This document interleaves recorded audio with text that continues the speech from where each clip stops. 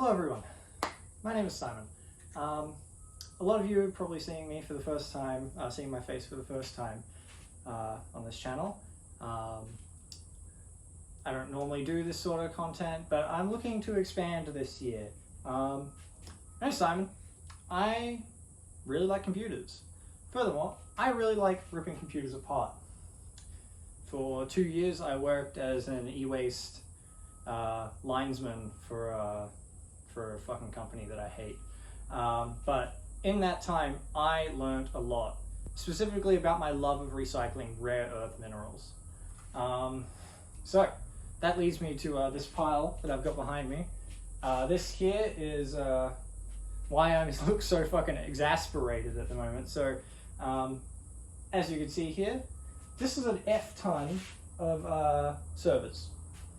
Today, this morning at 5 AM, I drove for 2 hours in my girlfriend's ute to collect these.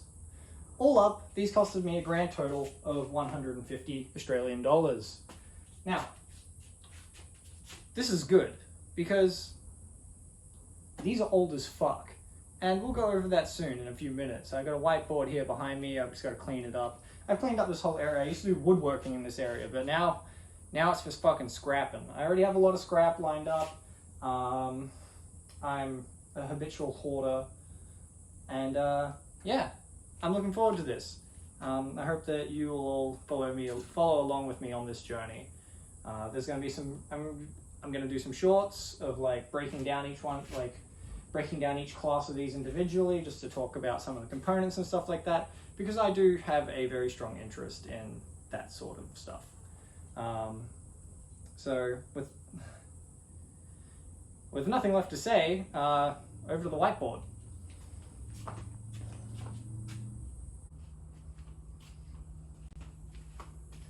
Okay, so what do we got here?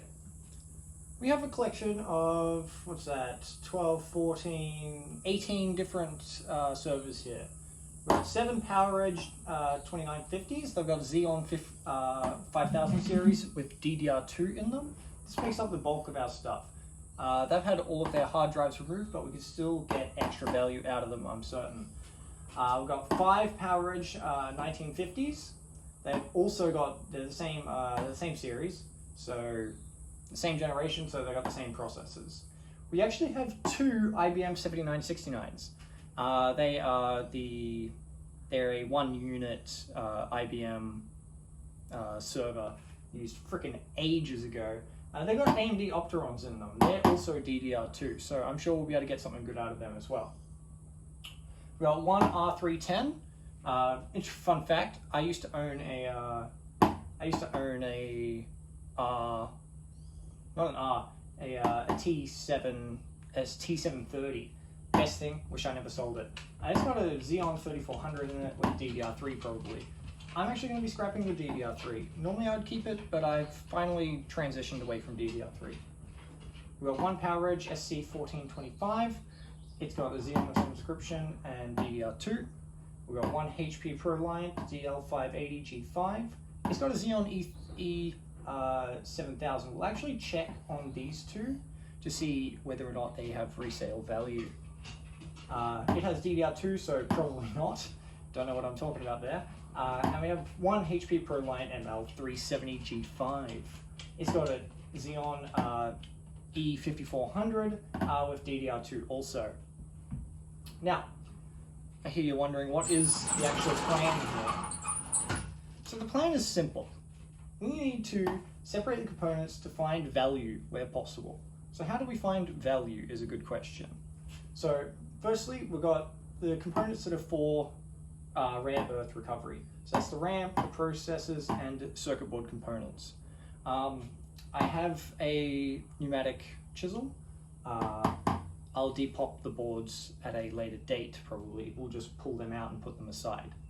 You can also find extra value through reselling the storage, but if the storage doesn't sell, then it goes in here.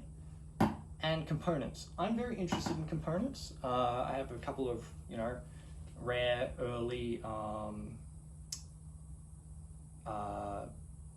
what are they called? Rare early processors and rare early